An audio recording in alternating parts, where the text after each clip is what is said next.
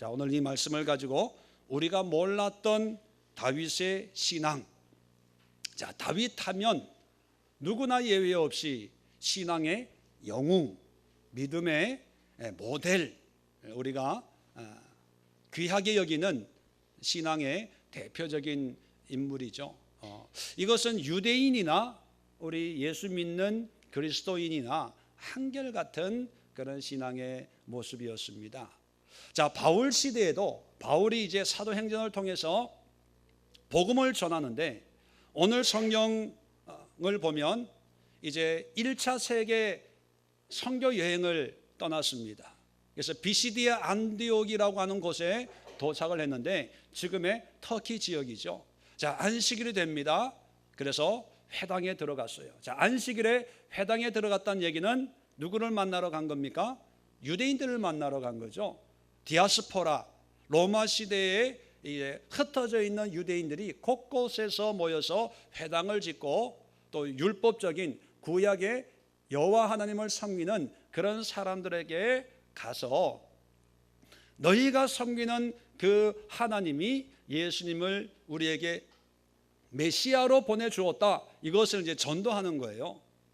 자, 그런데 이 비시디아 안디옥에서 바울이 전도할 때 예수님을 소개하는데 바로 다윗을 통해서 예수님이 우리의 메시아가 되었다, 이런 내용을 전하고 있습니다. 다시 말하면 이 다윗은 구약의 율법 치하에 또 성막과 성전과 어떤 구약의 신앙생활을 잘 한 사람인 동시에 이 다윗은 또 예수님을 전하는데 귀한 도구가 되고, 또 유대인들에게 다른 설명이 필요 없이 하나님께서 다윗을 통해서 말씀하신 것이 이루어졌다, 이렇게 소개할 정도면 일반적으로 생각하기에 유대인들은 그 누구의 말도 안 듣고 안 믿는데, 다윗이 이런 말을 했다라고 하면은 듣겠다는 전제하에서 다윗을 얘기하고 있는 거 아니겠습니까?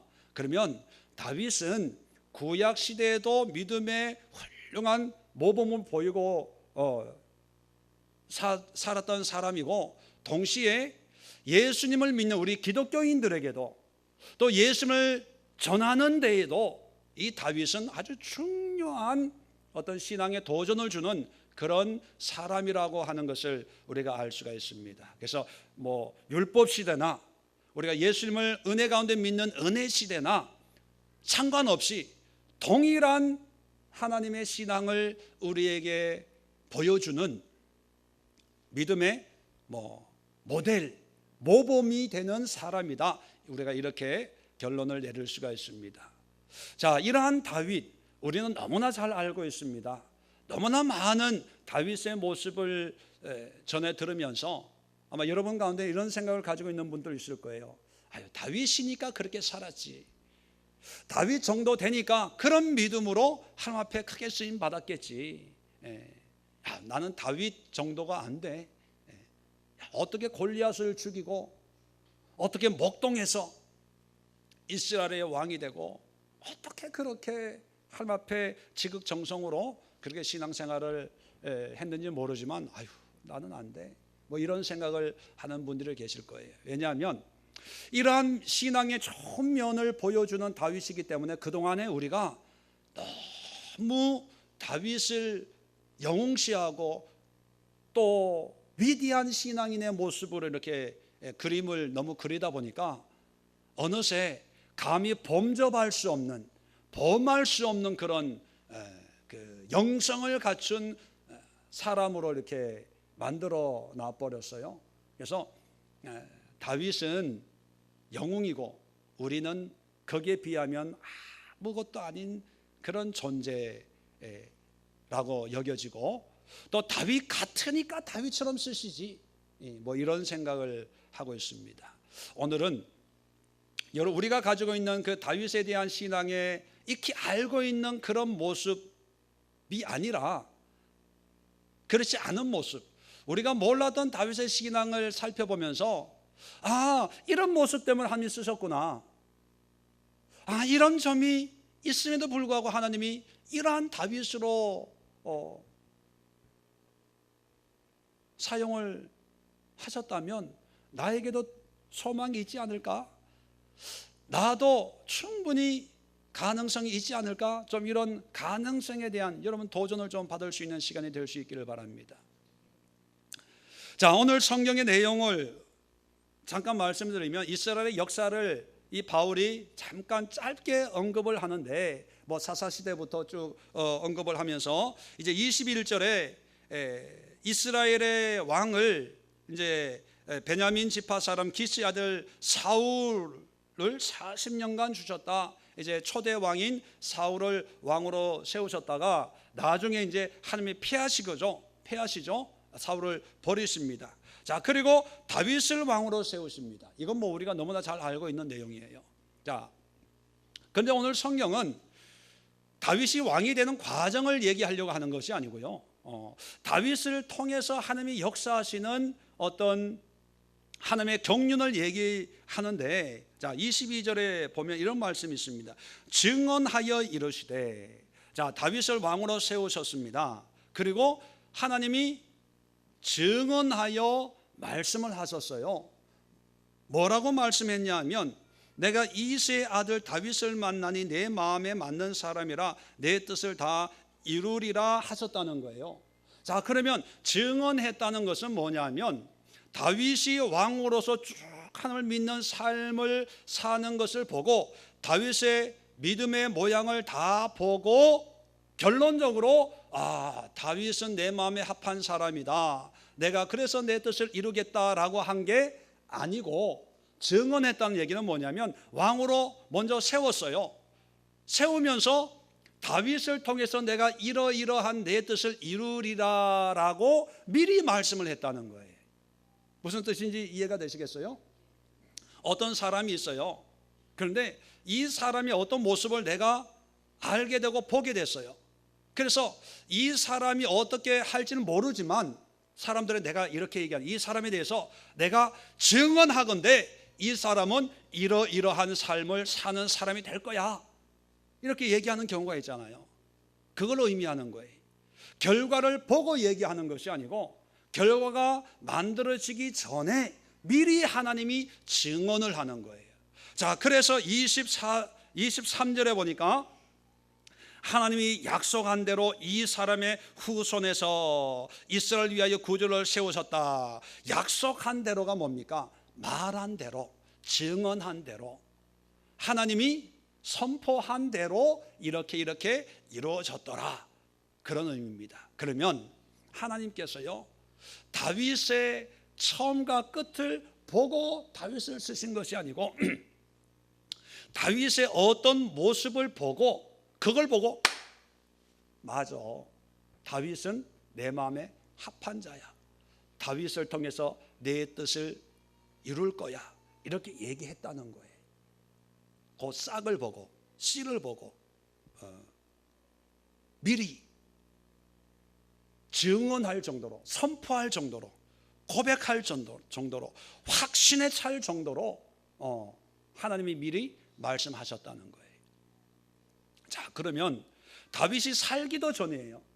근데 하나님이 보셨다는 거예요. 물론 또 이렇게 얘기하면 하나님이니까, 뭐 하나님은 뭐 과거도 알고 현재도 알고 미래도 아니까 뭐 하나님이 다 아시니까 그렇게 했지, 이러면 할 말이 없어요. 그런데 여기서 말씀하려고 하는 것은 하나님의 관점에서 얘기하려고 하는 게 아니라 우리 인간의 관점에서 하나님의 역사를 설명하려고 하는 거잖아요. 그러면 하나님의 전지전능한 측면에서 이해해서는 안 되고 우리 인간의 입장에서, 그렇다면 하나님은 다윗의 무엇을 보고 미리 증언하셨을까? 우리는 그것을 통해서 은혜를 받고 도전을 받는 거죠. 뭐 하나님이 다 예정했기 때문에 다 다윗을 다윗처럼, 사울을 사울처럼, 하나님의 경륜 가운데 예수님 오시게 뭐 하나님이 다 하시는데 뭐 이러면 우리는 신앙의 생활할 여지가 없어요. 왜? 어차피 하나님이 다 하실 건데 우리가 뭐 오늘 예배 드려도 안 드려도 하나님의 섭리하고는 상관이 없잖아요. 그렇게 생각하면, 그렇게 생각하지 말고 우리 입장에서, 자, 다윗의 뭐를 보고, 무슨 싹을 보고 싹이 노랗다 파랗다 그걸 보시고 내 뜻을 다 이루리라 하셨을까? 자, 우리의 생각은 뭐냐면 다윗의 삶의 모습을 보고 도전을 받아요. 그죠? 하나님을 예배하고 하나님 앞에 회개하고 또 하나님을 위해서 참 물질로 헌신하고 그 삶으로 헌신한 모습을 보고 도전을 받는데, 하나님은요 그러한 삶을 살기 이전에 다윗 속에 있었던 그 무언가를 봤는데, 오늘 그 무언가를 우리가 함께 살펴보면서 우리가 그동안 알지 못했던 다윗의 또 다른 신앙의 모습을 우리가 함께 탐구해 보고 각자 도전을 받고 또 은혜를 받는 시간이 될 수 있기를 바랍니다. 자, 오늘 말씀 22절의 말씀을 통해서 세 가지 면에서 함께 생각을 해 보려고 합니다. 자, 증언하여 이르시되, 자, 뭐라고 그러시냐면 내가 이새의 아들 다윗을 만나니. 자, 첫 번째 이 말씀을 통해서 다윗의 신앙, 다윗의 믿음을 살펴보려고 합니다. 자, 구약에서는 다윗을 얘기할 때 이새의 아들 다윗, 이런 표현이 아주 일반적입니다. 왜냐하면 구약 시대에는 자신을 얘기할 때 어떤 부모나 조상의 이름을 가지고 얘기하고, 때로는 내가 살던 고향, 지명을 가지고 나를 소개합니다. 눈의 아들 여호수아, 그죠? 디셉 사람 엘리야. 그래서 이새의 아들 다윗 하면 이건 일반적인 어떤 다윗에 대한 소개입니다. 근데 신약에 오면 다윗을 거론하는 것이 참 많습니다. 그런데 다윗을 이야기할 때 이새의 아들 다윗이라고 얘기하는 것이 여기가 유일해요. 그 얘기는 뭐냐면, 그냥 다른 곳에는 그냥 다윗이 가라사대, 다윗을 통하여 말하되, 다윗이 뭐 이렇게 그냥 다윗. 그러니까 다윗 하면은 이 다윗이 누렸던 그 모든 은혜의 모습, 신앙의 모습, 하느님이 다윗을 어떻게 은혜를 주시고 축복하시고 다윗이 어떻게 살았는가, 이건 설명을 안 해도 다윗 알고 있는 그런 일반적인 신앙 상식에 속하는 그런 다윗의 모양을 다 알고 있기 때문에 설명할 필요가 없어요. 그래서 다윗이 얘기를 했는데, 그런데 유일하게 바울은 유대인들에게 다윗에 대해서 너무나 잘 알고 있고 구약에 대해서 너무나 잘 알고 있는 회당에 모여서 예배드리는 이 유대인들에게 다윗을 얘기하는데, 이새의 아들 다윗 이렇게 얘기하고 있다는 거예요. 그 다윗을 만나니까 내 마음에 합한 자였다는 거예요.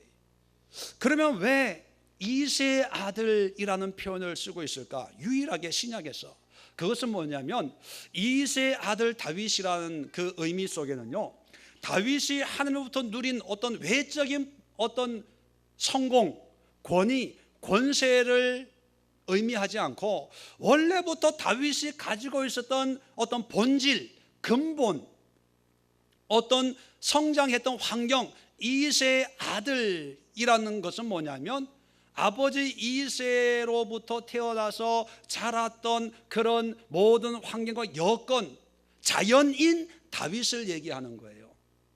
이런 자연인, 그러니까 우리가 볼 때는 다윗 하면 하나님이 너무나 좋은 면만 보고 다윗을 축복했다고 상상을 하고, 그런 다윗과 나를 비교하니까 나는 너무 작은 보잘것없는 사람이라고 생각을 하고 그렇게 여기지요. 그런데 오늘 이새의 아들 다윗이라고 얘기하는 것은 우리가 가지고 있는 선입견으로 생각하는 다윗의 그런 축복받은 다윗을 생각하지 말고, 그냥 다윗이 가지고 있었던 성품, 성격, 근본, 습성, 환경, 여건, 배경, 이걸 보고 하나님이 마음에 들었대요. 그러면 다윗이 가지고 있었던 그 근본은 어떤 근본일까? 이새의 아들 다윗으로는 어떤 모습을 보여주고 있을까? 자, 좋은 모습일까요? 안 좋은 모습일까요? 한번 찾아보자고요. 뭐 성경을 다 찾아볼 시간이 없으니까 대충 자, 먼저 선지자 사무엘이 이제 사울을 하나님이 버려셨기 때문에 차기 왕을 찾아다니잖아요. 그래서 이새의 집에 와가지고 너희 아들 중에 왕감이 있는지 기름 부으러 이제 가야 되겠다 했더니만 아들들 다 모았어요. 8형제가 있는데, 자, 사울이 기름 부으러 왔을 때 다윗은 뭐 하고 있었습니까? 양치고 있었어요. 그 양치고 있었다는 얘기는 아버지 이새의 입장에서 보니까 다윗은 왕의 제목이 될 감이다, 아니다? 아니다는 거예요. 그러니까 너는 형들 대신에 양이나 치고 있어라. 그러면 이새의 아들 다윗으로 보면 크게 될 것 같다, 안 될 것 같다? 안 될 것 같다는, 안 될 것 같다. 근데 하나님은 중심을 보시는 하나님이니까 첫째, 둘째, 셋째, 쭉 일곱째. 그러니까 없는 거예요. 그러니까 이게 다냐? 아닙니다. 막둥이가 있는데 지금 양이나 돌보고 있는 아주 철없는 애예요. 데리고 와라. 보니까 하나님이 뭐라 그러시냐면 얘가 바로 크다, 기름 붓는 거예요. 하나님이 보시기에는 제목일지 모르지만 이새의 아들로 보면 나랑 똑같은 거예요. 나랑. 웃지 마시고 여러분은 똑같은 거예요. 여러분 똑같다. 다윗은 곧 누구와 같다? 나랑 같다. 보면요 별것 될 것 같지가 않아. 여러분 절 보세요. 될 것 같아요. 할렐루야. 영안이 열리셨네. 아버지 눈에도 안 차. 그런데 나중에 보면 골리앗을 이제 싸우러 다윗이 이제 위문을 오잖아요.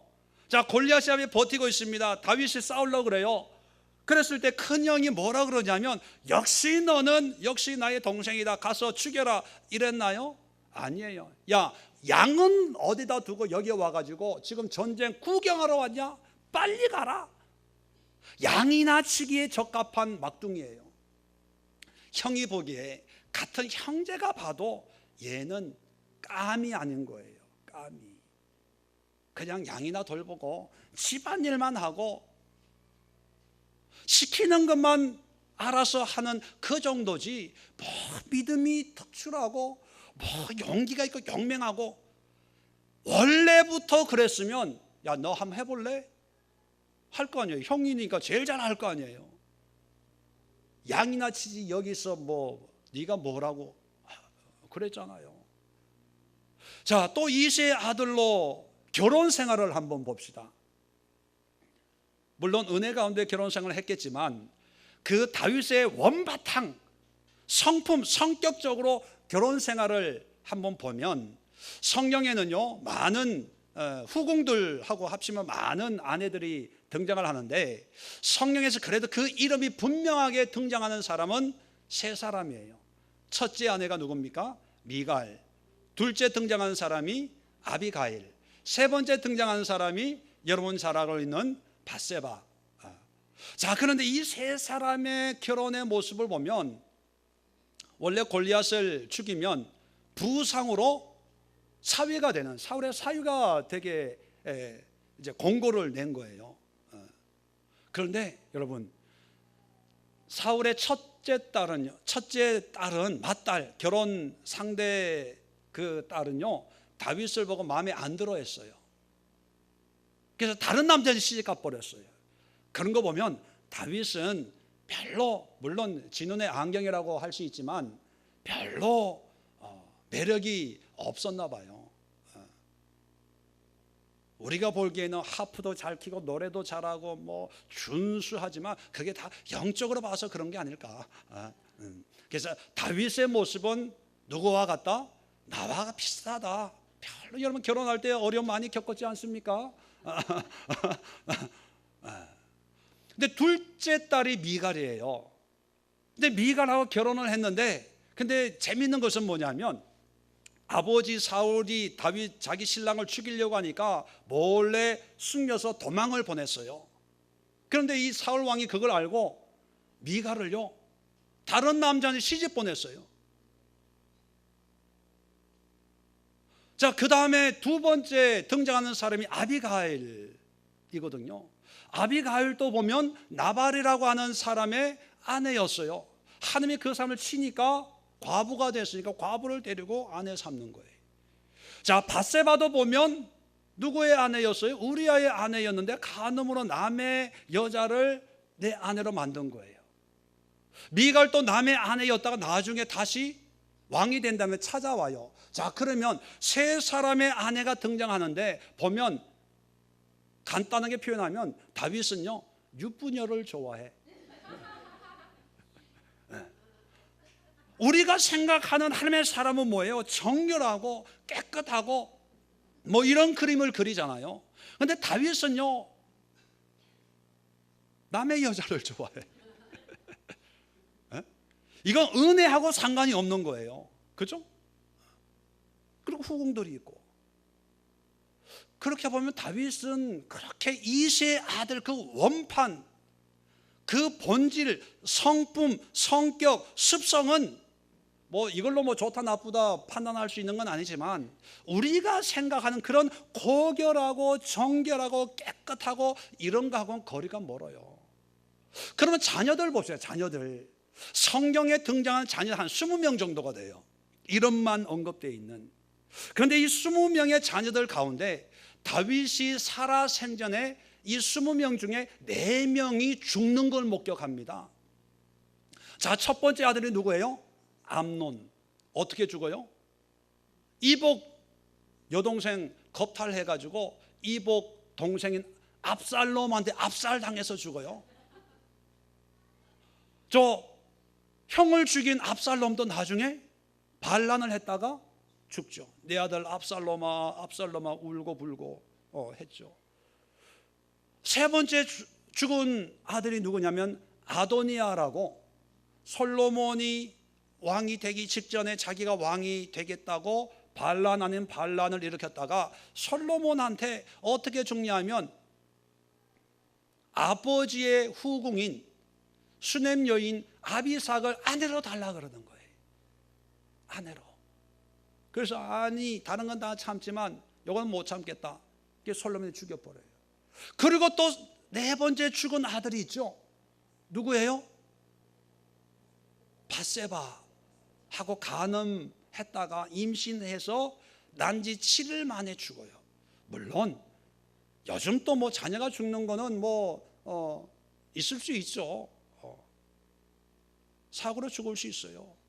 그러니까 뭐 수천 년 전에 고대 시대에 뭐 자녀가 죽는 건 20명 가운데 죽는 건 뭐 당연할 수가 있을 수 있습니다. 그런데요, 다윗의 아들의 죽음은 자연사하는 것이 아니고 병들어 죽는 것이 아니고 다 영적인 죄 때문에 죽는 거예요. 살인과 시기와 질투와 욕심과 간음과 음란의 결과로 죽는 거예요. 그렇게 보면 다윗은 그렇게 인격적으로 자녀를 다 잘 다스리고 가정을 화목하게 하는 그런 뭐 기질과 성품이나 이런 게 없어요. 이세 아들 다윗으로 보면 아무것도 아니라는 거예요. 아무것도. 그의 삶을 보면 우리가 존경할 만한 부분들은 많이 있습니다. 그런데 우리가 너무 좋은 면만 부각해가지고 다윗 했지, 또 따지고 들어가면 우리가 밧세바 사건 너무나 잘 알잖아요. 그리고 나중에 보면요, 인구조사를 합니다. 인구조사한다는 게 뭐냐면 내 능력과 내 힘, 교만이 하늘을 닿는다는 거예요. 이스라엘의 왕이 되고 전쟁에서 승리한 것은 전적인 하나님의 은혜였는데, 그런데 그 은혜가 거쳐지고 내가 이제 내 능력이 어느 정도 되냐, 우리 군사가 어느 정도 되냐, 우리의 무기가 어느 정도 되냐, 우리의 이 능력이 어느 정도 되냐, 이걸 알고 싶어 한 거예요. 그래서 그걸 하나님께서 요놈 봐라 해서 전염병을 보내가 7만 명이 죽게 만들어 버립니다. 그걸 보면 여러분, 이새의 아들 다윗으로 보면 우리와 비슷해요. 내세울 게 별로 없어요. 어떤 면에서는요, 우리보다 더 안 좋아요. 우리는 그래도 살인하지 않잖아요. 나 때문에 7만 명이 죽는 일은 없잖아요. 그죠? 그런데 이런 이새의 아들 다윗을 만나니 원어적으로는요, 발견했다, 찾았다, 그런 의미예요. 이런 이새의 아들 다윗을 내가 찾았고 발견했고 만나게 됐다는 거예요. 그건 뭐냐면 결점이 있지만, 부족한 점이 있지만, 그런데도 내가 찾은 게 있다는 거예요. 그러면 이런 상황에서 뭐를 찾았을까? 하나님이 10가지 중에 9가지 결점을 하나님이 물론 다 아시죠. 근데 한 가지를 보고 찾았다는 얘기예요. 근데 우리는 지금까지 좋은 점만 부각을 시켰죠. 근데 우리가 따지고 보니까 나랑 똑같아요. 그런데 하나님은 다윗을 쓰셨어요. 뭘 보고 쓰셨냐? 그럼에도 불구하고요, 다윗은요, 자기의 약점과 결점이 있지만 그 모든 것을 하나님 앞에서 해결받으려고 하는 거예요. 한마디로 표현하면 하나님의 은혜와 능력으로 자기가 변화되려고 했다는 거예요. 아버지의 인정도 못 받았어요. 형들의 인정도 못 받았어요. 그러나 하나님이 함께 하시면, 하나님이 도와주시면, 하나님의 손으로 붙잡아 주시면 저 골리앗도 때려잡을 수 있습니다. 곰이나 사자도 때려잡을 수 있습니다. 하나님이 함께 하시면 이 블레셋 사람을 무찌를 수 있습니다. 하나님이 기름 부어주시면 나는 이스라엘의 왕이 될 수 있습니다. 하나님이 은혜 주시면 하나님의 뜻을 이룰 수 있습니다. 여러분, 내 능력을 의지하는 게 아니고요, 오직 하나님, 모든 문제를 하나님 앞에서 해결받으려고 하는 그런 몸부림이 다윗에게 있었다는 거예요. 여러분, 시편을 쓴 다윗의 시를 한번 읽어보세요. 다윗의 환경은 어려워요. 쫓김을 받을 때가 있어요. 간음해가지고 주님 앞에 두려움 가운데 벌벌 떨 때도 있었습니다. 사방 좌우에서 원수들이 비방과 조롱의 여러 가지 그런 공격이 있을 때도 있었어요. 그런데 그 모든 원인과 현상과 어떤 모습은 수천 가지의 모양과 모습으로 다윗을 공격했지만, 다윗이 그 문제를 해결하는 방법은 항상 하나였어요. 뭐예요? 하나님이여 도와주소서. 하나님이여 나를 바꾸어 주소서. 하나님이여 내 이 심령을 통촉하여 주옵소서. 사슴이 시냇물을 찾기에 갈급한 것처럼 내 영혼이 주님의 은혜를 찾기에 갈망합니다. 갈급합니다. 하나님만을 붙드는, 하나님 안에서의 변화만을 추구하는, 내 능력, 내 지혜, 나의 총명, 세상의 방법이 아니라 오직 하나님. 그걸 보신 거예요. 여러분, 우리가 신앙생활하면서 우리에게 있어야 될 게 뭐냐면, 좋은 환경에서, 좋은 여건에서 뭔가를 이루겠다, 이게 아니에요. 사람들은 그렇게 얘기합니다. 목사님, 하려고 해도요, 이 쏘가지가 못 돼가지고, 내 심보가 못 돼가지고 나는 안 되는 것 같아요. 이게 안 바뀌네요. 예, 다윗도 보니까 바뀐 부분도 있지만 안 바뀐 부분도 있어요. 그죠? 다윗의 성품이. 예수를 믿고 신앙생활 하면서 나의 모든 게 완전하게 바뀌어야 믿음 생활하는 게 아니에요. 목회자들 가운데도 성격적으로 이새의 아들 다윗의 관점으로 보면 결점이 많죠. 언제가 완벽한 사람이 어디 있겠어요? 저부터 뭐가 완벽하겠습니까? 그럼에도 불구하고 하나님의 일꾼을 쓰시는 건 뭐냐면, 그 결점을 하나님 안에서 해결하려고, 하나님 안에서 회개하려고, 하나님의 은혜로 이게 위로받고 치료받고 회복되려고 하는 몸부림이 있을 때 하나님이 쓰시는 거예요. 우리에게 그게 필요해요. 나에게 그게 없어서 나는 안 되는 것 같아요. 못할 것 같아요. 여전히 나는 힘들어요. 그러면 평생을 내 성격 붙들고 내 성품 붙들고 씨름하는 것이 믿음이 아닙니다. 내 성품의 결점을 인정하고 그 모든 것을 하나님 안에서 해결하려고 할 때, 하나님이 이새의 아들 다윗을 만나니 저 같은 경우에는요, 김자 영자 숫자의 아들 김재원을 만나니 내 마음에 합한 자다, 이렇게 해서 쓰시는 거예요.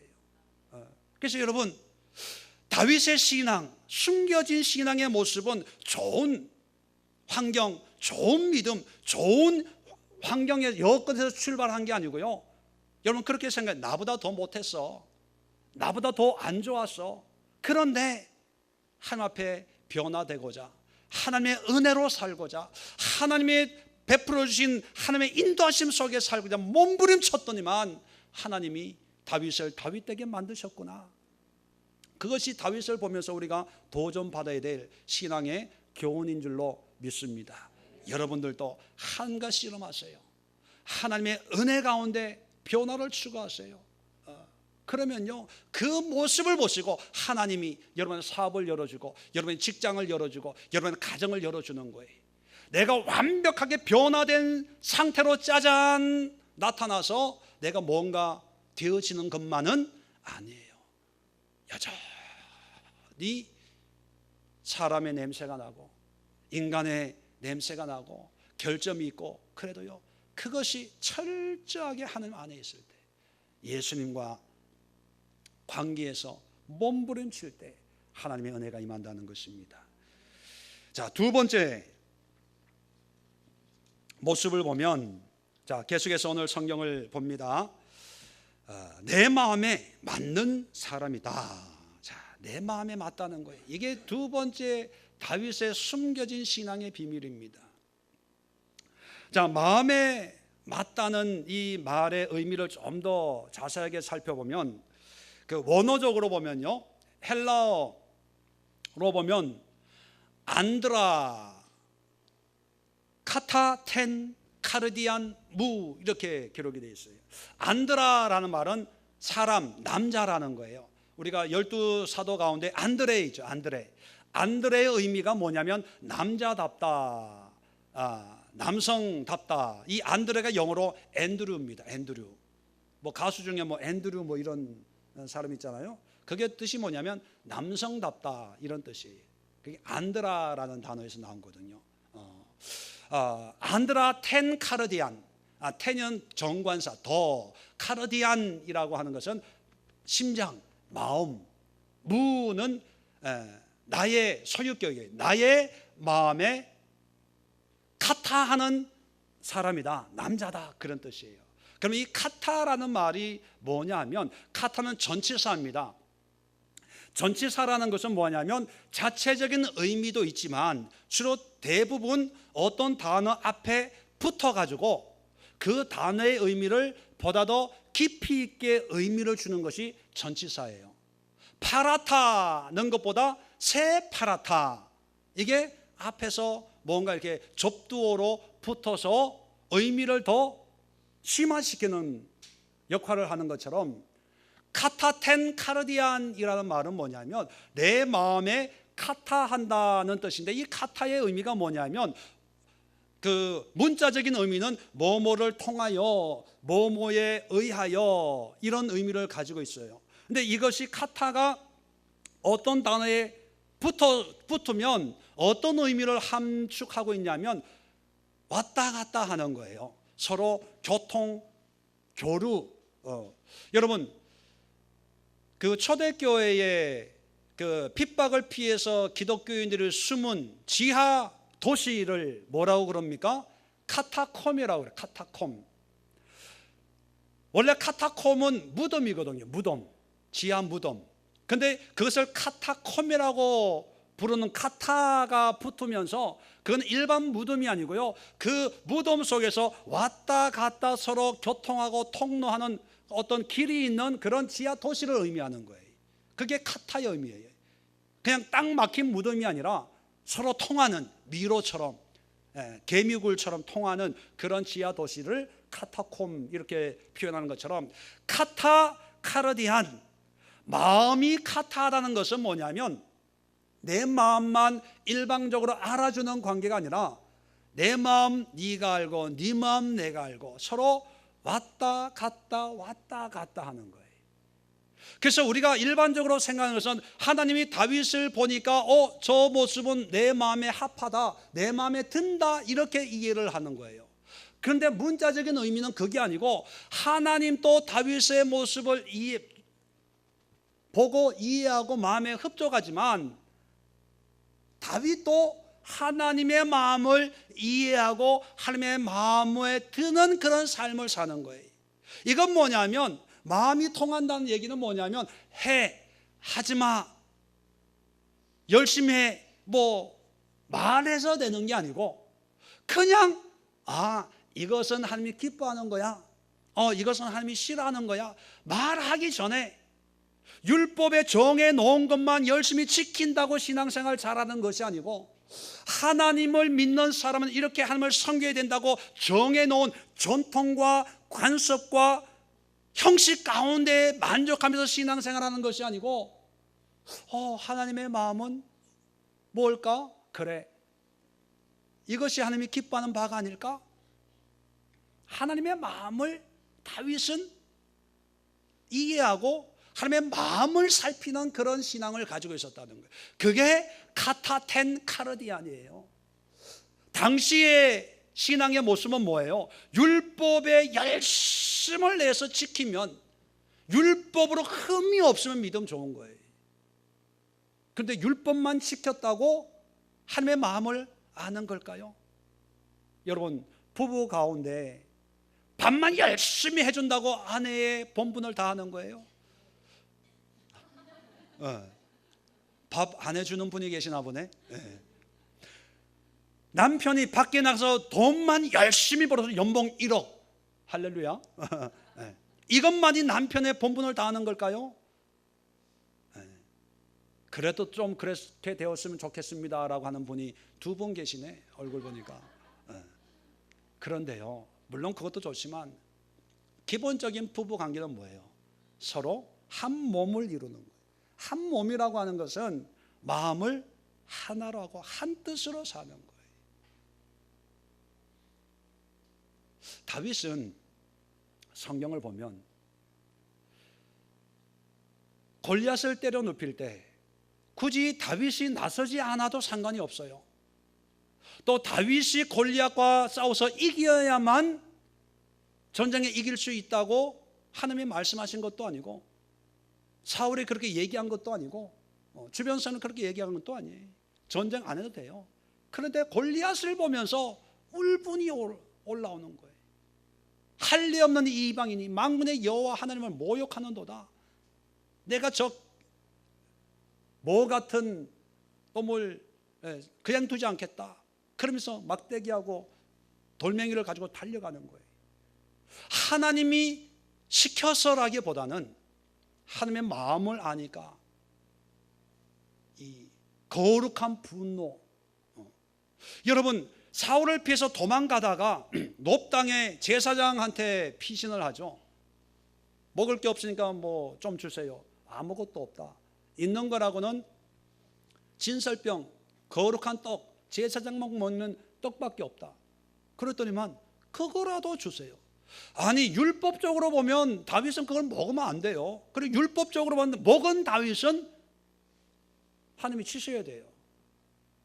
그런데 성경은 그렇게 얘기하지 않고 힘을 얻고, 신약에도 다윗의 이 일을 다시 거론하면서, 다윗도 안식을 범했다는 유대인들의 그 비난에 다윗도 거룩한 떡을 먹지 않았냐?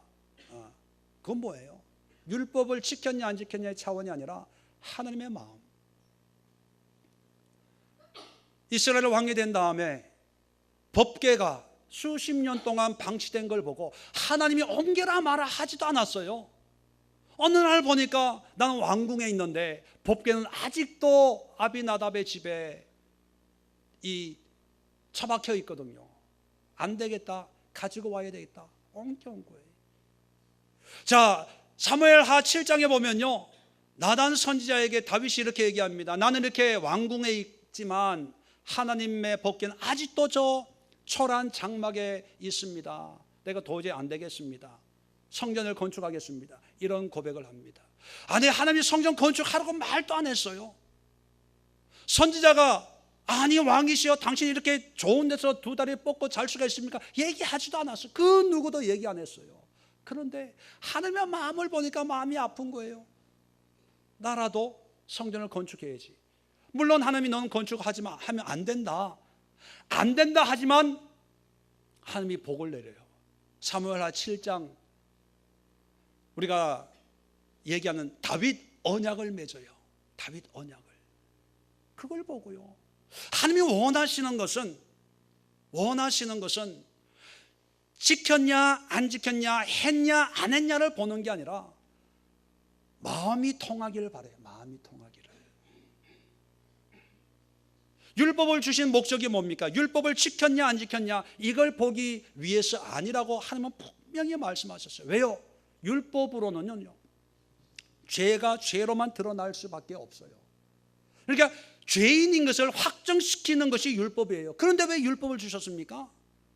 하나님이 뜻하신 바는 율법으로 의인이 되라는 것이 아니라 율법으로 나는 여전히 죄인이지만 그럼에도 불구하고 이 죄인을 하나님은 사랑하시고 이런 죄인을 하나님의 백성 삼으시고 이런 죄인임에도 불구하고 하나님의 젖과 꿀이 흐르는 가나안 땅을 주시는 하나님의 사랑을 경험하고 체험하라고 율법을 줬는데 하나님의 마음을 알려고 줬는데 하나님의 마음은 필요 없어.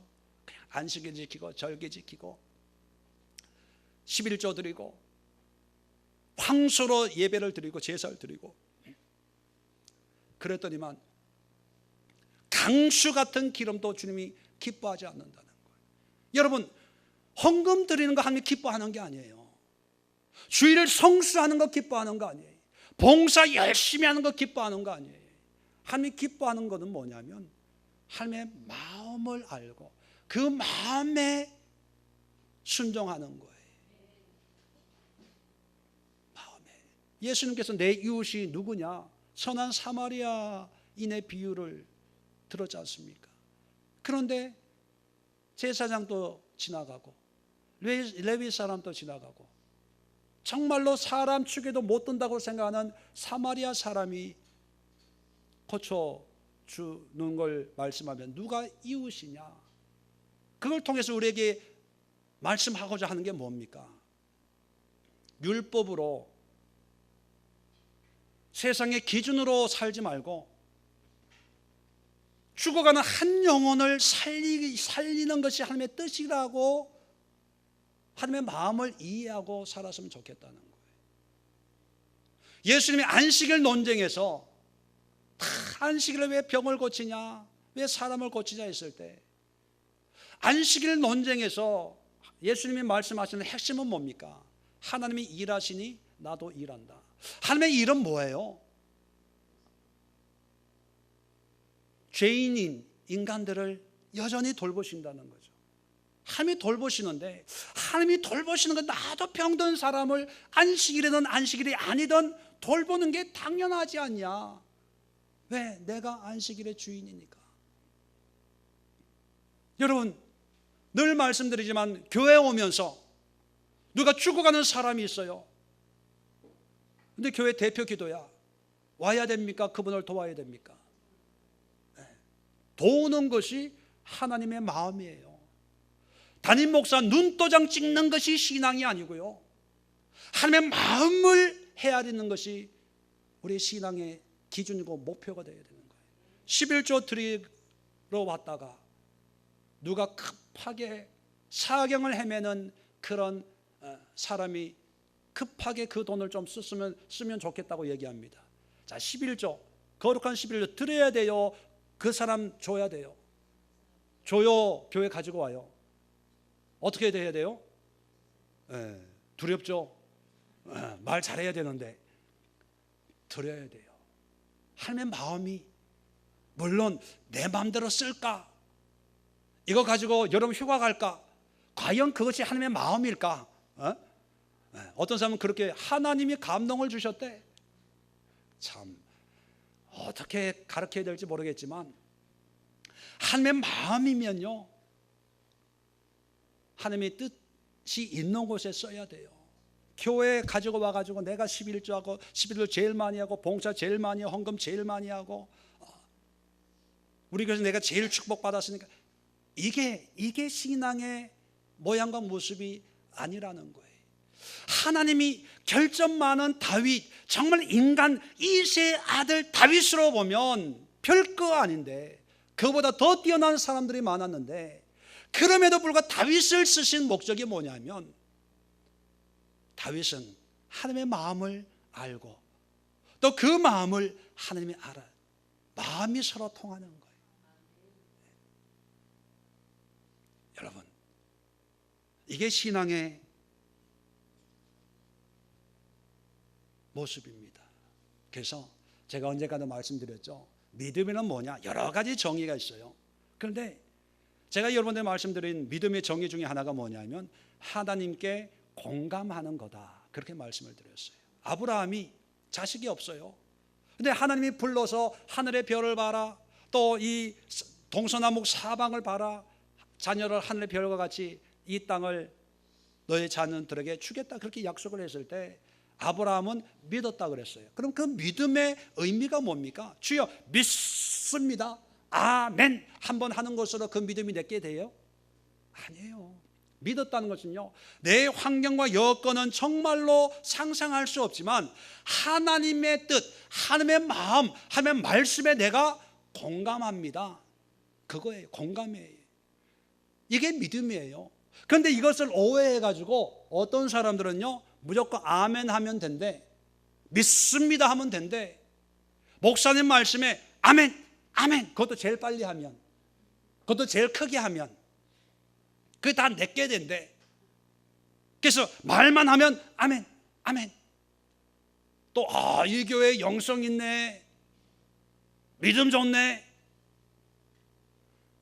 여러분, 믿음은 내가 그냥 아멘 믿습니다 힘줘서 얘기한다고 그게 믿음이 되는 게 아니고요, 내 마음이 하나님의 마음에 울려야 돼요. 울림, 메아리 있죠.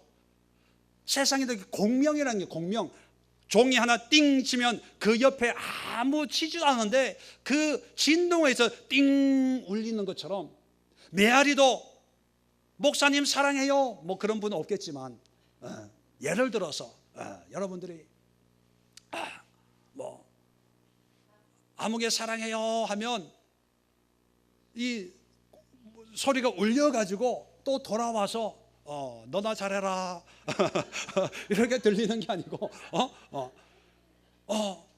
사랑해요 이렇게 울리잖아요. 이게 공명, 이게 공감이거든요. 그러니까 하나님이야 어떻든 간에 하나님의 마음은 뭐 생각할 거 없고 나만 그냥 믿습니다, 나만 그냥 믿습니다, 할렐루야 아멘 아멘 아멘, 이게 믿음이 아니고 하나님의 말씀에 이렇게 같이 진동하는 거예요. 그렇구나 하나님, 이게 하나님의 뜻이겠네요. 그럼 내가 이렇게 살아야지요. 이게 손발이 이게 맞는 거예요, 맞는 거. 그런데 하나님의 마음은 딴 데 있는데 혼자만 열심히 해, 혼자만 잘한다고 그러고, 혼자만 뭐 최고라고 그러고, 혼자만 열심히고, 이게 안 맞는 거예요. 그러니까 신앙생활을 오래 하지만 답답한 거예요. 그런데 어떤 분들은요, 내 속이 답답하니까 몸으로 때우려고 그래. 몸으로 불안하니까. 여러분, 믿음은 공감이에요. 하나님이 여러분들을 부르신 목적은 주어진 해라 하는 거 하고 하지 말라 그런 거 안 하는 것 때문에 부르신 게 아니고, 여러분을 부르신 목적은 내 마음을 너희가 알아주기 바란다, 공감하기 때문에 부르셨는데, 근데 이것이 점점 깊어져야 되는데, 그죠? 근데 어느 한순간부터 그냥 내 멋대로, 내 생각대로, 내가 알았대, 내가 응답받았대, 내가 깨달았대. 근데 그것이 하나님의 마음이면은 얼마나 좋습니까? 근데 자기만의 생각, 자기만의 기준, 자기만의 판단, 자기만의 결론이라면 참 믿음 생활을 하고 있지만 열매가 없는 그런 신앙생활이 될 수밖에 없다는 것입니다. 예수님이 오시기 전에 말라기 마지막 예언이 뭐냐 하면 말라기 4장 6절에 그가 아비의 마음을 자녀에게 돌이키게 하고 자녀들의 마음을 그들의 아비에게로 돌이키게 하리라. 뭡니까? 마음을 돌이키기 위해서 엘리야를 주시는 거예요. 그 엘리야가 누구냐? 세례 요한이거든요. 세례 요한이 와서 한 게 뭐냐면 예수님의 오심을 준비하는 거거든요. 그러면 예수님을 준비하는 마음이 뭐냐면 우리의 마음이 돌이켜지는 거예요. 하나님께로 공감하는 마음이 되어야 돼요. 공감, 하나님의 마음을 알고 하나님의 마음에 합한 자가 될 수 있기를 주의 이름으로 축원을 드립니다. 세 번째, 오늘 성경 계속해서 보니까 내 뜻을 다 이루리라. 자, 이렇기 때문에 비록 이새의 아들 다윗은 내세할 게 없지만, 근데 이 공감하는 이 믿음을 가지고 있는 이 다윗을 통해서 내 뜻을 이루겠다는 거예요. 참 얼마나 멋있습니까? 자, 여기서 우리가 한 번 더 질문할 필요가 있죠. 그러면 다윗을 통해서 이루고 싶은 하나님의 뜻은 뭘까요? 이스라엘의 왕이 되는 거요? 나라를 부강하게 하는 거요? 최고의 어떤 이스라엘의 황금기를 구가하는 거요? 아니면 성전을 건축하든지 아니면 건축하지 못하더라도 성전 건축을 위해서 엄청난 재산을 헌금하는 거요? 아니, 다윗의 삶이 그러했잖아요. 하나님의 뜻을 이루겠다고 했으니까 다윗의 정말 목동, 여기 목동 계시는 분 안 계시죠? 목동 출신이거든요. 그런데 이스라엘의 최고의 왕이 됐어요. 지금 또 이스라엘 국기를 보면 별표 모양이 있는데 거기서 다윗의 별이라고 그렇게 합니다. 다윗의 별. 가장 이상적인 나라가 다윗이거든요. 그러면 그가 만든 업적, 그것이 하나님의 뜻일까요? 아니에요.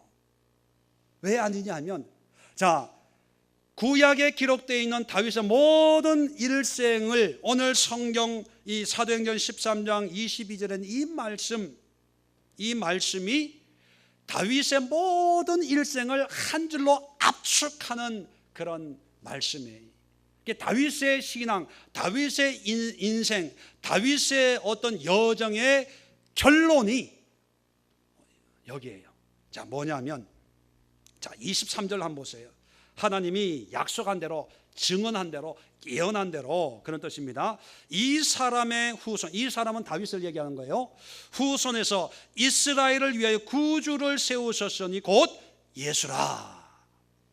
자, 성경이 얘기하는 하나님의 뜻은 뭐예요? 누구를 세우는 거예요? 예수님을 세우는 거예요. 예수님을. 다시 말하면, 간단하게 부연 설명을 하면, 다윗을 통해서 하나님의 뜻을 이루고자 하셨던 것은 예수님을 그를 통해서 세우기 위함이다. 이게 다윗을 향한 하나님의 뜻이고, 그리고 이 뜻을 다윗이 알고 다윗이 마음에 합한 자였으니까 다윗이 그 열악한 환경 가운데, 그 환난과 역경과 고난 가운데서도 끝까지 믿음으로 살았던 것은 하나님의 이 뜻을 이루기 위함이었다. 비록 그 당시에는 다윗은 예수라는 이런 인물, 어떤 사람에 대해서는 몰랐지만 하나님께서 나를 통해서 이루실 뭔가를 위해서 나는 쓰임받고 있다는 것을 알고 믿음 생활을 했다는 거예요. 자, 그런데 문제는 여기입니다. 예수님과 다윗은 시간적으로 1000년의 시간이 차이가 나요. 1000년의 시간. 그럼 이걸 어떻게 해석해야 될까요? 아니, 우리가 생각하는 신앙은 뭡니까? 우리가 열심히 기도해서 뭔가 응답되는 거고 뭔가 이루어지는 거 아닙니까?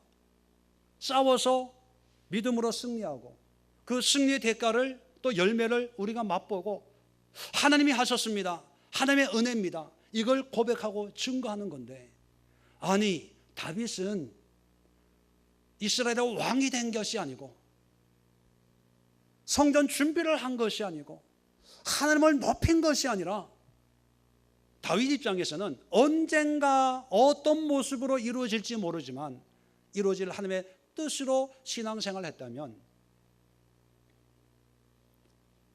어떤 면에서 보면 다윗은 자기 생애에 하나님의 뜻이 이루어지는 것을 목격을 못한 거예요.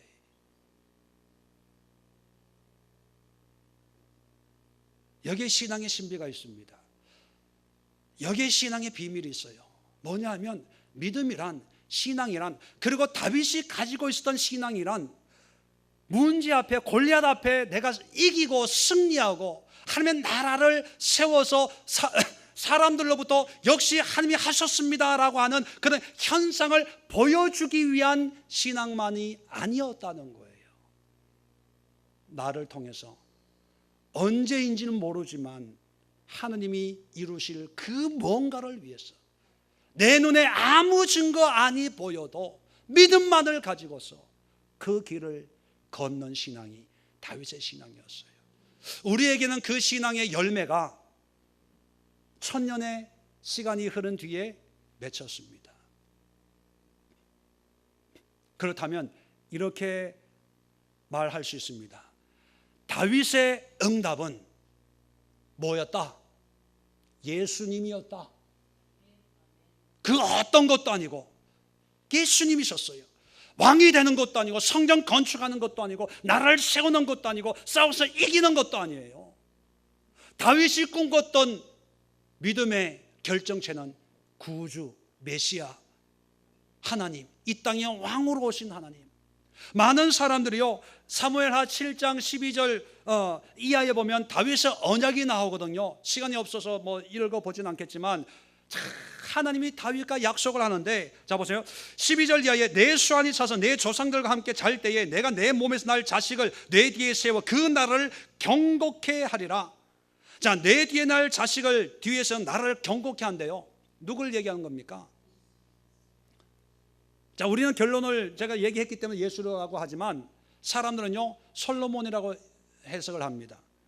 자, 저는 내 이름을 위해 집을 건축할 것이요, 건축을 한다니까 솔로몬이라고 생각을 해요. 나는 그의 위를 영원히 경고케 하리라. 이게 솔로몬을 통해서 성전을 짓고 그렇게만 현상적으로만 해석을 해요. 이거는 현상이에요. 내 뒤에 일어날 자식을 통해서, 이 자식은 솔로몬이 아니고, 야, 솔로몬이 여러분 영원했습니까? 솔로몬이 하나님을 기쁘게 했습니까? 아니거든요. 솔로몬이야 내 뒤에 일어날 자식, 이게 뭐니? 혈통을 통해서 메시아를 예수님을 얘기하는 거예요. 집을 세운대요. 솔로몬을 얘기합니다. 여러분, 그 집이 영원했습니까?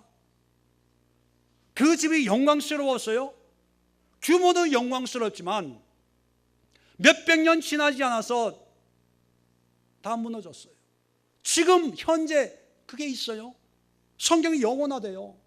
여러분, 사람의 손으로 지은 성전을 얘기하는 게 아니고 사람의 손으로 말미암은 성전, 누구예요? 예수 그리스도입니다. 이 성전을 헐어라 3일 만에 세우리라. 그게 예수님의 몸낸 성전을 얘기하고 있고, 우리 지난주에 살펴봤지만 요한계시록 마지막 장에 하나님의 새하늘 새 땅 새 예루살렘을 세우시는데 거기에 보면 성전이 있어요 없어요? 없어요. 왜 없냐? 새 하늘 새 땅의 성전은 오직 하나님과 그의 어린 양 대신 예수 그리스도가 성전이기 때문이죠. 여기서 세우려고 하는 건물이 아니에요. 예수 그리스도라는 거예요. 그 나라가 영원하고 그 보좌가 영원하는 것을 다윗과 약속한 거예요.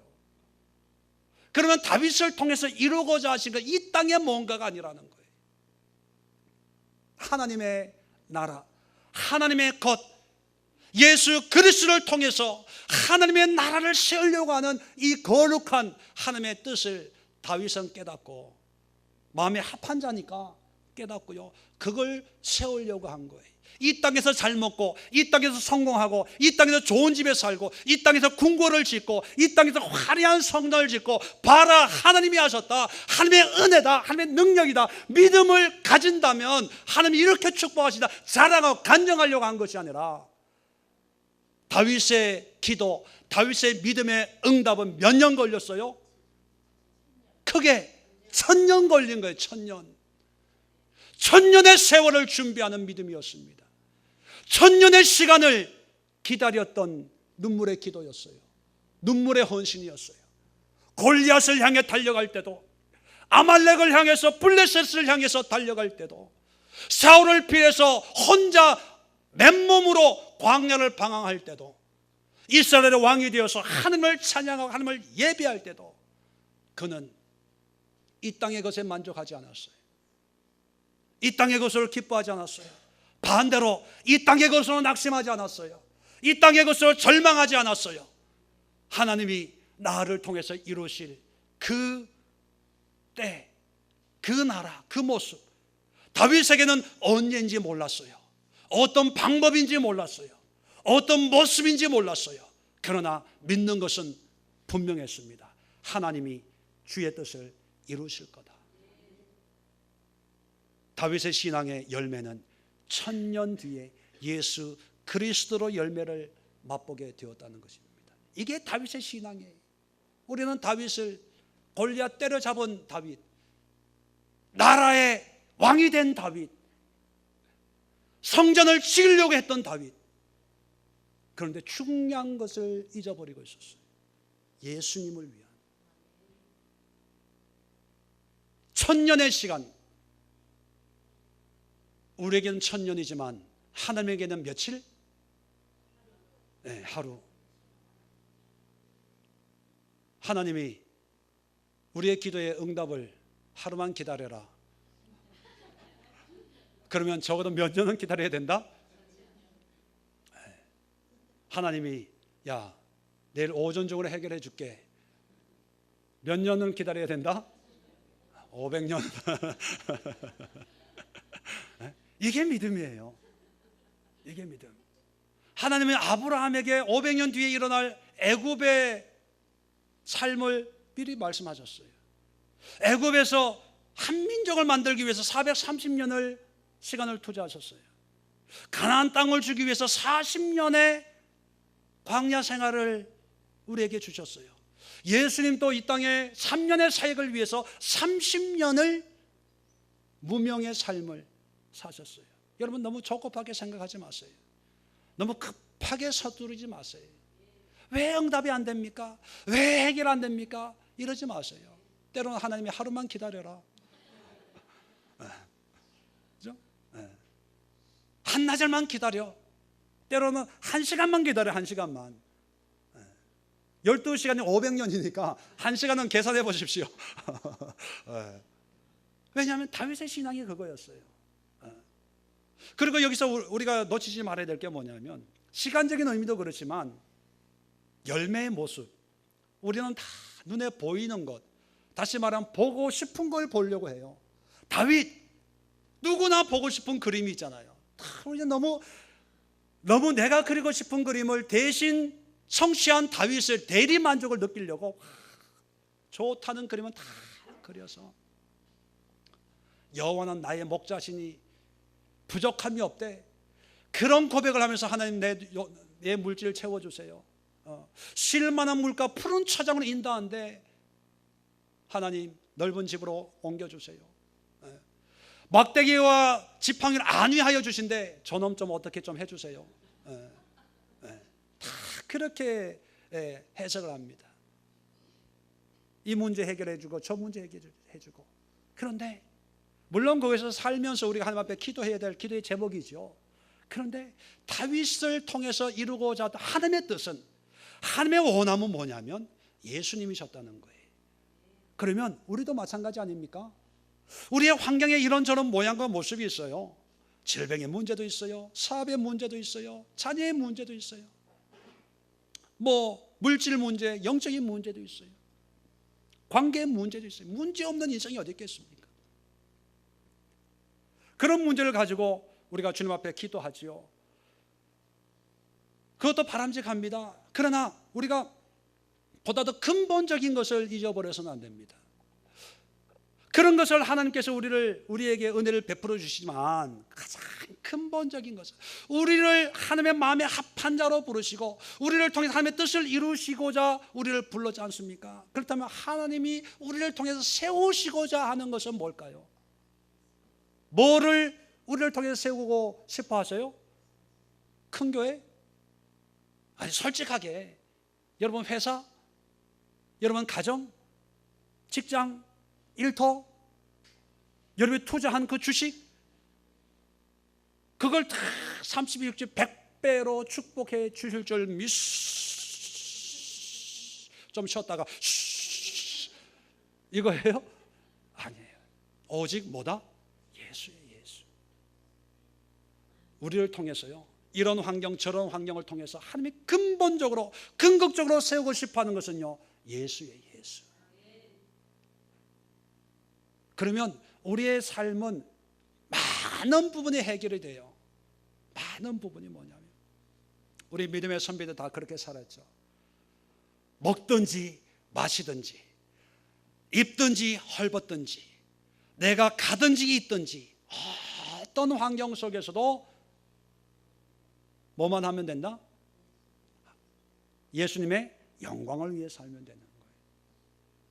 그게 마음에 합한 자의 삶이고, 그것을 하나님이 이루시기를 원하는 거예요. 다윗이 왕이 된 거 은혜지만 그게 목적이 아니라는 거, 다윗이 다윗 되었던 거 그게 하나님의 은혜지만 그게 결론이 아니라는 거, 여러분 기억할 수 있기를 바랍니다. 정리합니다. 그래 마시겠습니다. 자, 우리가 신앙생활 하면서 자칫 잘못하면 하나님의 뜻을 놓쳐버리고 우리의 원함이나 이 시대의 어떤 유행과 바람에 흔들려서 신앙생활 하기가 쉽습니다. 오늘 우리가 구약의 사람 또 신약 시대에도 다윗을 통해서 하나님을 증거하고 복음을 증거하는 통로가 된 사람이 다윗인데, 자, 그러면 다윗이 가진 신앙의 모습이 뭐냐? 너무 우리가 일반적으로 알고 있는 어떤 성공지향적인, 성취지향적인 그런 신앙의 모습만 생각하지 말고 오늘 세 가지를 살펴봤습니다.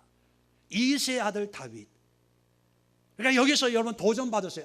나보다 더 못한 사람이었구나, 나보다 더 나쁜 놈이었네, 그렇게 생각해도 돼요. 다윗, 이런 다윗을 하나님이 사용했다면 나도 가망성이 있네, 나도 영 안 되는 건 안 되겠다. 여러분 도전을 가지세요. 이런 이새의 아들 다윗을 만나니까 하나님이 하나님의 뜻을 이루겠다고 하셨는데, 다윗보다 더 나은 게 여러분들 아닙니까? 여러분 적어도 간음은 안 했잖아요. 간음으로 살인은 안 했잖아요. 여러분 여러분 때문에 전염병에 7만 명 죽으신 분 계세요? 물론 속속에서 부모님이 화병으로 이렇게 편치 못하게 돌아간 분도 계시겠죠. 그런 거 보면 다윗보다 훨씬 나아요. 훨씬 나아요. 여러분 자녀들이 치고받고 싸워서 살인하고 그런 가정이 있어요? 없잖아요. 여러분의 그런 부모님, 어머니, 아버지의 그런 가르침으로 가만히 어디 가서 밥 먹고 살잖아요. 그런 거 보면 다윗보다 훨씬 나아요. 훨씬 나아. 그렇다면 하나님이 우리를 보시면, 여러분 보시면 아목의 권사를 만나니, 김집사를 만나니, 이집사를 만나니, 아목의 성도를 만나니 내 마음에 합하다. 그래서 다윗처럼 이 시대 쓰임 받게 될 줄로 믿습니다. 별로 아멘 안 하시는데, 여러분의 아멘과 상관이 없다고 생각하니까, 그렇게 마음에 합한 자니까 그렇게 아멘 안 한다고 저는 믿습니다. 두 번째는요, 신앙이란 마음을 통하는 거예요. 마음을. 하나님이 구하는 것은 상한 심령이라, 그죠? 하나님의 마음을, 그래서 해야 되는 것, 안 해야 되는 것 여기에 매이지 마시고요, 하나님의 뜻이면, 하나님께서 나에게 주시는 어떤 은혜의 감동이면요, 그것이 어떤 모습이든지 간에 하세요. 주일 예배 오시다가 하나님이 이 사람에게 복음을 전해야 되겠다, 이 사람과 같이 낚시하러 가자, 뭐 이게 아니고 복음을 전해야겠다 그러면 오던 길 돌려가지고 가가지고 복음을 전해야 돼요. 왜? 하나님이 그런 마음을 주었을 때는 그 사람에게 어떤 일이 생길지 우리는 모르니까. 마지막 복음의 기회일 수도 모르잖아요. 어제 뉴스 보니까 일가족이, 남편, 아내, 그 할머니, 아들, 5 아들이 남편 중태고 그 자리에 죽어버렸어요. 음주운전에 치여가지고 사고가 나가지고. 그런데 맞벌이 부부인데 아이를 친정엄마인지 시어머니인지 모르지만 친정 엄마에게 애를 맡겼는데 고마워서 같이 식사하고 외식하고 돌아오다가 같은 지역이에요. 3단지에 있다가 5단지로 오다가 그 자리에서 만약에 그런 사람들에게 그런 분이 있었는데 그 누가 주변에 이 사람에게 마지막 생명의 복음 대신 예수님을 전해라 했는데 예를 들어서 얘기하는 거예요. 아니야, 토요일 그 뭐 사고가 언제 났는지 모르지만 금요 예배 가야 돼. 토요일 날 교회 가가지고 성전 교회 청소해야 돼. 아니, 노방전도 해야 돼. 아니, 교회 가서 성가대 연습해야 돼. 아니, 지금 기도하러 가야 돼. 안 가면 또 목사님 뭐라 그래. 아마 그런 생각을 가지고 있었던 사람도 있지 않았나, 그렇게 우리는 생각해 볼 수가 있습니다. 과연 우리에게 필요한 믿음이 뭘까요? 정해져 있는 규칙적인 열심인 성실한 교회 생활이 우리의 믿음의 전부가 되어야 될 것인가? 아니면 늘 말씀하시고 늘 깨닫게 하시고 늘 인도하시는 성령 하나님, 또 성부 하나님, 예수 그리스도의 은혜에 늘 깨어서 공감하며 반응하는 신앙생활을 하는 것이 바람직한 것인가? 여러분, 다시 한번 여러분의 신앙의 방향과 목적과 의미를 다시 한번 되돌아보는 시간이 될 수 있기를 바랍니다. 마지막으로 하나님의 뜻을 이룬다는 것은 예수 그리스도 외에 그 어떤 것도 이 세상에 의미를 주지 못합니다. 교회, 우리 교회도 작습니다.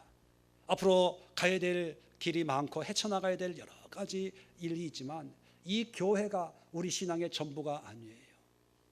우리 교회를 통해서 예수님이 드러나고 우리 한 사람 한 사람을 통해서 예수 그리스도가 여러분의 삶 속에, 여러분의 가정 속에, 믿음 속에, 직장과 일터와 인생길 가운데 점점 더 강력한 은혜로 역사하여서 하나님의 자녀요, 하나님의 백성이요, 하나님의 사람, 그리스도의 사람으로 살아가는 것이 바로 우리 삶에 임하신 하나님의 뜻인 줄로 믿습니다. 기도하겠습니다. 좋으신 하나님 아버지, 감사합니다. 다윗을 통해서 다시 한번 우리가 가져야 될 신앙의 모습, 믿음의 모습을